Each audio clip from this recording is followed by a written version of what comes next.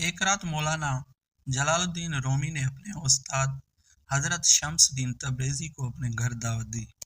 मुर्शिद शम्स तब्रेज़ तशरीफ़ ले आए। खाने के सब बर्तन तैयार हो गए तो शम्स ने रूमी से फरमाया, क्या तुम मुझे पीने के लिए शराब ला सकते हो? रूमी ये सुनकर हैरान रह गए। क्या उस्ताद भी शराब पीते हैं? शम्स ने कहा, हाँ बिल्कुल। रूमी ने अर्ज किया, मुझे माफ़ कीजिए, मुझे इसका इल्म नहीं था।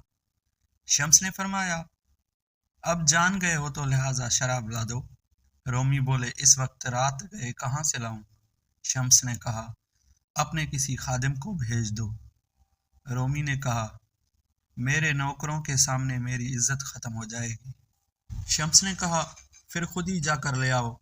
रोमी परेशान हुए, पूरा शहर मुझे जानता है, मैं कैसे जाकर शराब खरीदूं? शम्स ने फरमाया, अगर तुम वाकई मेरे शागिर्द हो तो वही करो जो मैं कहता हूँ, वरना आज न मैं खाऊंगा, न बात करूंगा, न सो सकूंगा। उस्ताद की मोहब्बत और अतात में रोमी ने चादर ओढ़ी, बोतल छुपाई और ईसाइयों के मोहल्ले की तरफ चल दिए। जब तक वो रास्ते में थे किसी को शक न हुआ, लेकिन जैसे ही वो ईसाई मोहल्ले में दाखिल हुए, लोग हैरान हुए और उनके पीछे पीछे चलने लगे। सबने देखा कि रोमी शराब खाने में गए और बोतल खरीद कर चादर के नीचे छुपा ली। फिर वो निकले तो लोग और भी ज्यादा हो गए और उनके पीछे पीछे मस्जिद तक पहुंच गए। मस्जिद के दरवाजे पर एक शख्स ने शोर मचा दिया, ऐ लोगो, तुम्हारा इमाम शेख जलालुद्दीन रोमी अभी ईसाई मोहल्ले से शराब खरीद कर आया है।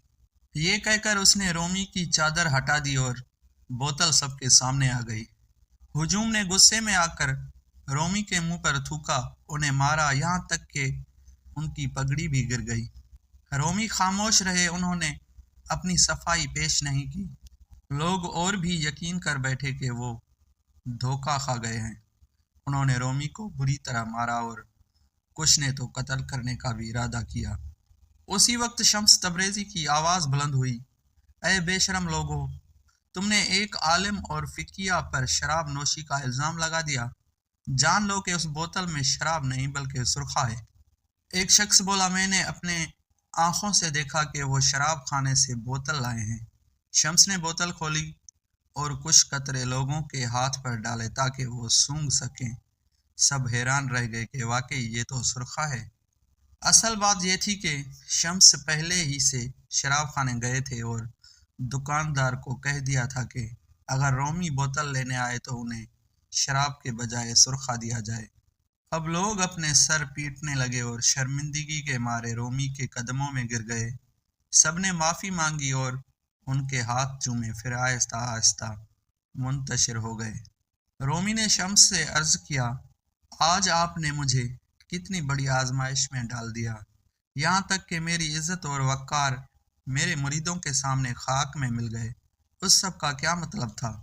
शम्स ने फरमाया, ताकि तुम समझ लो कि लोगों की इज्जत और शोहरत महज एक फरेब है। क्या तुम्हें लगता है कि इन लोगों का एहतराम हमेशा कायम रहता है? तुमने खुद देखा, महज एक बोतल के शक पर वो तुम्हारे दुश्मन बन गए, तुम पर थूका, मारा और फरेब का जान ले लेते।